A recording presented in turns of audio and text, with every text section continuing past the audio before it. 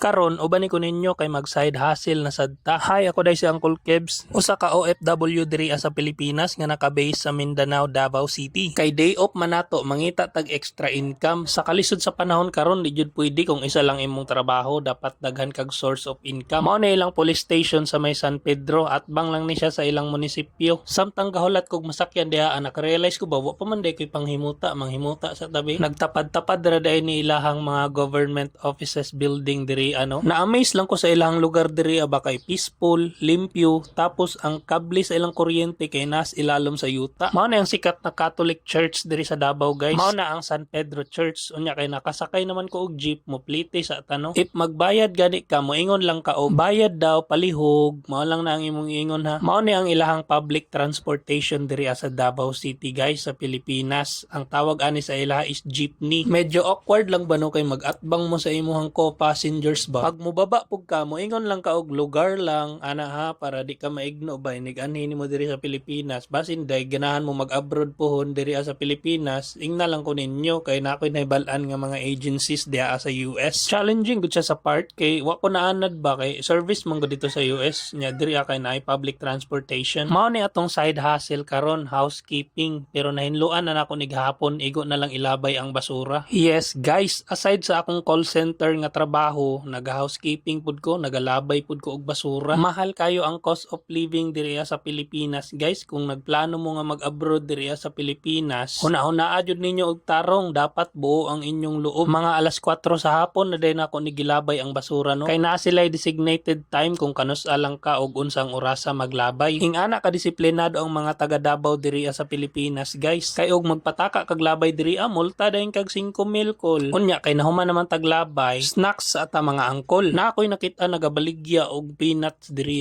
giprito lang siya nga mani with garlic tapos spicy. Syempre as an OFW, testingan jud nato nilang mga pagkaon diri kay wala ba ani sa amo In fairness, lami pud ba siya? Kung i-rate na ako siya no kay 8 out of 10. Mao nang 8 kay gamay raman ang iyang serving. Ug mao ra to akong side hustle karong adlaw. If ganahan mo mga ingon ani na video ay mo kalimot og like, comment ug share. Amping